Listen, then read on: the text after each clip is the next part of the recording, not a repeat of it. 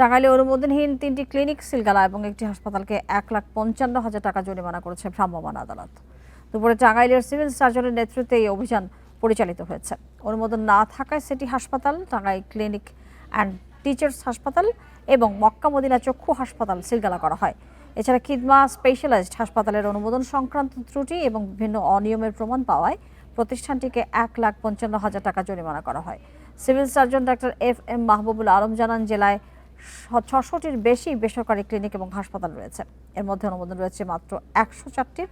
অনুমোদনহীন প্রতিষ্ঠান বন্ধ এবং স্বাস্থ্যসেবার মান নিশ্চিত করতে এই ধরনের অভিযান নিয়মিত পরিচালনা করা হবে।